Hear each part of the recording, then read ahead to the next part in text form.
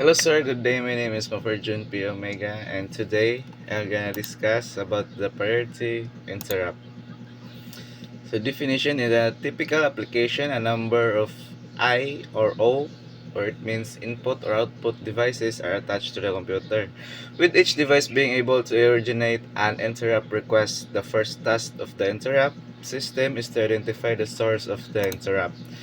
So it explains here that an interrupt happens when an input or output device like a keyboard or a printer or a disk sends a signal to the CPU. So ang printer daw, ang keyboard is mag-send og signal sa CPU asking for an attention. So ang CPU temporarily stops its current task to handle the request. The system must first identify which device sent the interrupt. Sometimes multiple device request service at the same time. So the system must decide which interrupt should be handled first. So for example is ang laptop, duha ka device ang yang nadawat. For example, printer, mouse ug ang keyboard. So if unsa tong una nga kanang tawag ganing signal nga naabot, so mo to ang yang unahog handled para maka-request og kanang sa tawag aning signal from sa isa ka device. So the next one is pooling. A pooling procedure is used to identify the highest priority source by software. It means that pooling is a software technique used to determine which devices has the higher priority interrupt request. So for example, makadungan-dungan og receive og device ang isa ka CPU, ang highest priority interrupt mo'y unahon niya. So the CPU checks each device one by one. So it checks sa CPU ang nagdungan-dungan nga signal nga naabot one by one in a sequence until it finds the device requesting service. The order in which devices are checked determines their priority level. So the next one is the disadvantage of the software method is that if there are many interrupts, the time required to pull them can exceed the available to service the input or output device. So here, when there are many interrupt requests, the CPU must check each device sequentially. This can take too much time and may delay the response to import devices. Because of this, the time needed to pull device may become longer than the time needed to actually service the input or output device, making the system inefficient. So the advantages and disadvantage.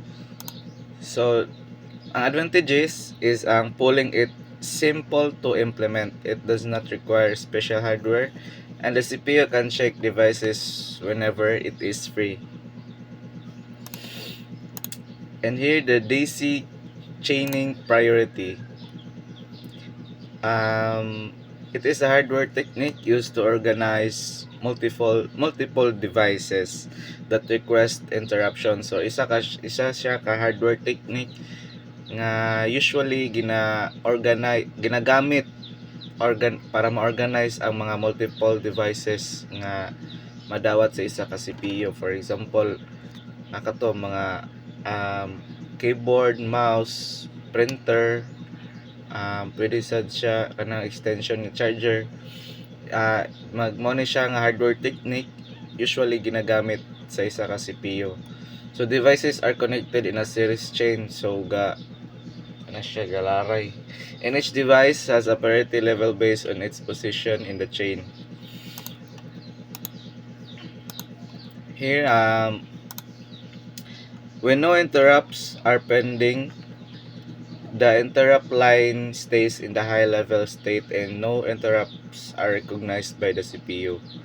So this is equivalent to the negative logic operation.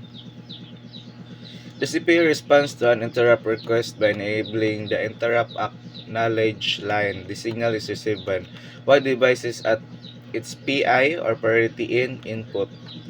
The acknowledge signal passes on the next device through an priority output only if device 1 is not requesting an interrupt. So here I have an example, sir, image example. Um, so this image here explains another hardware method called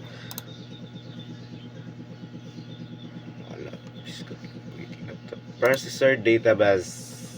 Yes.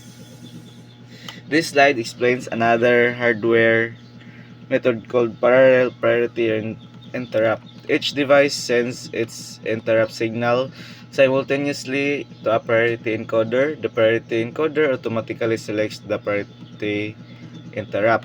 The selected interrupts is then sent to the CPU. Lastly, this method is faster than the desync chaining because it does not pass signals through devices one by one. So, mo ni example, ang CPU. Then, mo ni ang device 1, mo ni ang tantalang keyboard. Device 2, mouse. Device 3 is speaker. So mo ni siya ang chaining. As what I've said earlier, sir, chaining siya, galaray. Then, if mo ni ang interrupt request, if asa ang highest level of interrupt request na maabot sa CPU, mao yang unahon og dawat. First, niya. The highest signal will be the first priority, sir. And lastly is ang interrupt acknowledge and priority incur. Parallel priority interrupt hardware. So here kani interrupt register. So na disk, printer, reader, keyboard. So another example po ni siya sa parallel priority.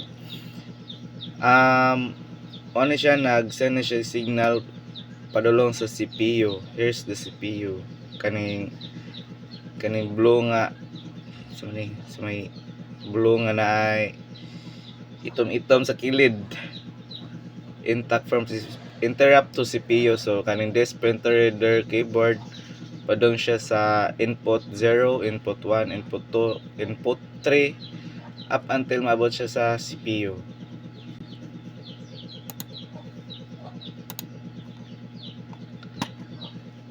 And lastly, the interrupt acknowledge intact signal from CPU enables the bus buffers in the output register and address VAD is placed into the data bus.